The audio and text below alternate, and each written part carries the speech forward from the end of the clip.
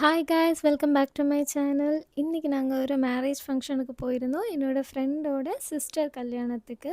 நானும் என்னோடய friend பவித்ராவும் first reach ஆனோம். அரை மணிக்கூராக அந்த பஸ் ஸ்டாப்லேயே நின்னோம். தேவையில்லாத நேரத்தில் நிறைய பஸ்ஸு போகும். ஆனால் நமக்கு தேவைங்கிற டைமில் ஒரு பஸ்ஸை காணாது.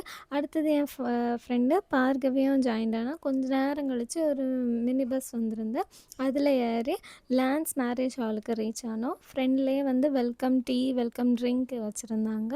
நாங்கள் வந்து வெல்கம் ட்ரிங்க்கு சூஸ் பண்ணோம். வாட்டர்மெலன் ஜூஸு சூப்பராக இருந்தது.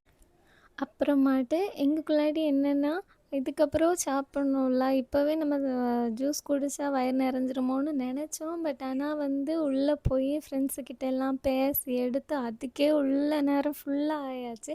அதுக்கப்புறவு இங்கே வந்து நான் பார்க்காத ஒரு விஷயத்த இன்றைக்கி பார்த்தேன்.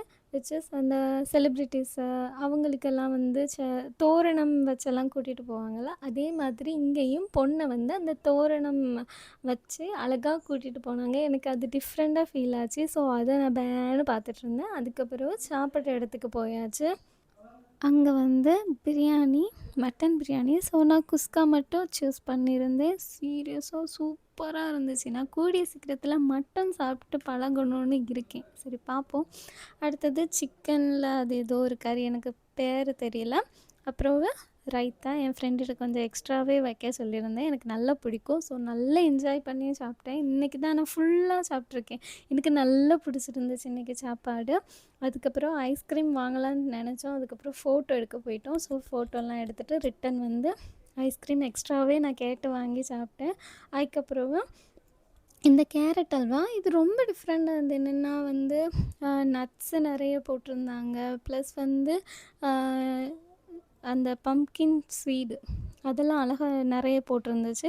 அங்கே முடிச்சுட்டு ஸ்ட்ரெயிட்டாக பக்கத்துலேயே இருக்கிற ஒரு நர்சரி கார்டனுக்கு வந்திருந்தோம். ரொம்ப அழகாக இருந்துச்சு. நிறைய வெரைட்டி செடிகள் இருந்துச்சு.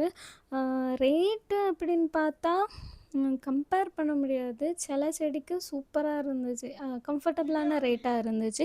சில செடிக்கு வந்து இதுக்கு இவ்வளோ ரேட்டா அப்படிங்கிற மாதிரி இருந்து. ஆனால் நிறைய வெரைட்டி இருந்துச்சு, நல்லா இருந்து.